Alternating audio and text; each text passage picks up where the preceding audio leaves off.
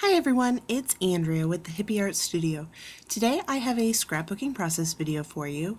This is actually from Calvin Ball, which is an event at Get It Scrapped. And for this challenge, I am using a Get It Scrapped scrapbooking sketch number 101, which I will link down below. And it's kind of a grid style layout. And I am so happy to be working on 12 by 12 papers again, let me tell you. For 2015, my album was a 8.5 by 11. So for 2016, I went back to 12 by 12. So here I'm just showing you some of the items I will be using on this layout. I've got some Bow Bunny rub-ons and also some Paper Studio paper that is really old. I'm going to start off by using the Memento black ink to ink the edges of this heart paper. And then I'm going to attach it to that stripe just to create a spot for my photos to sit.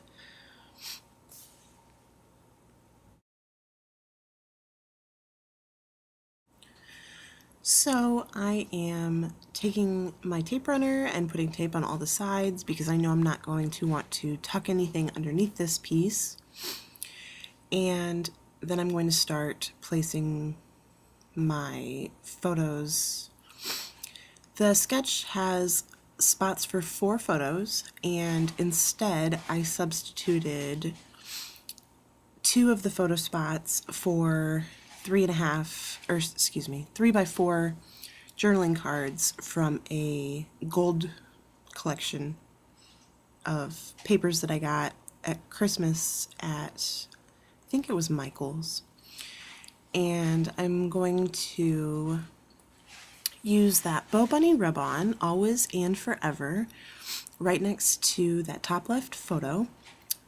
In the sketch, that is where the title would go. And this layout is actually about my fiance's oldest daughter and then our daughter, and how they've really bonded and they just both really adore one another. So I wanted to highlight on that for this layout. So I'm sticking down my photos after I got that rub-on on, which took me a very long time, hence why I sped it up and cut it out. I think it took me like 15 minutes to get that rub-on off. It was really old, so it didn't want to come off. And I'm adhering those cards down.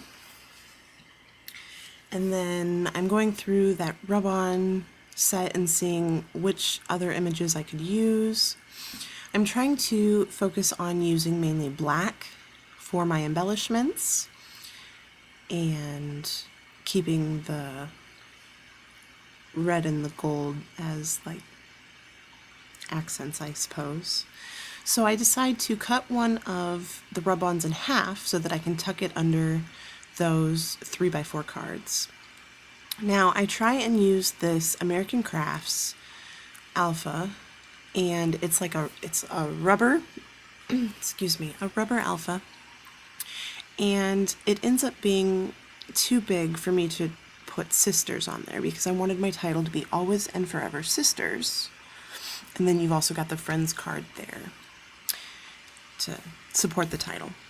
And it was going to be too big. It was going to cover up our oldest daughter's face, so I decided not to do that.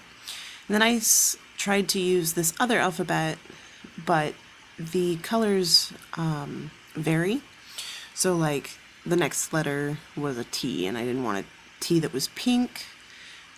I wanted to stick with the reds and the blacks. So I end up going with this American Crafts sketchbook set of thickers. And I also put some brackets on there and used the asterisks that were on the thickers to kind of act as embellishments. And then I'm fussy cutting some Amy Tangerine hearts that I had a scrap piece of, and I'm going to use them to continue to build up some clusters around those 3x4 cards. So I'm trying to figure out the placement and how I want them to be layered on there. And I decide I want it to overlap the rub-on both of them. And I used some washi tape to help hold down my rub-ons so that they wouldn't move around a whole lot while I was trying to get them off the backing. And so now I'm going through and trying to figure out if I can use that black and white washi tape in my clusters as well, so that I don't just have little bits of washi tape hanging out on my desk. And so I tuck an end under the journaling card, and then I layer that Amy Tangerine heart on top. And then I cut out some of the partial hearts that were like on the bottom of the paper, and I'm just tucking them here and there throughout the layout.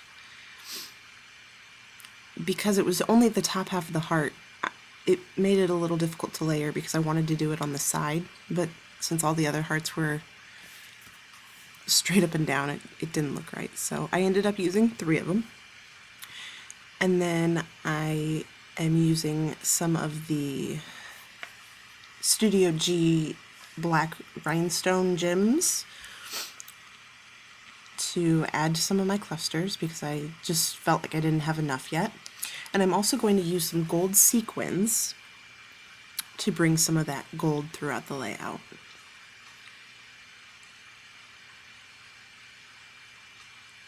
And here's the sequins. And I just used my tape runner on the back of them and stuck them down onto the layout.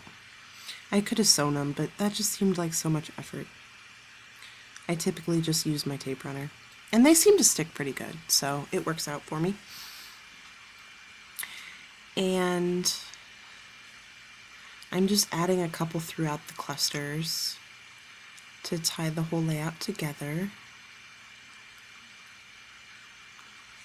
This layout took me about 35 minutes to do, and here's some close-ups, and then you'll see me briefly do my journaling on the side, which really just talks about how much they adore each other and always want to spend time with one another. So thank you for watching. This was a pretty quick layout for me. Like I said, it was 35 minutes. That's why I love using sketches. They really seem to get me rolling on knocking out some layouts. Thanks for watching, and I will see you guys next time. Ta-ta for now.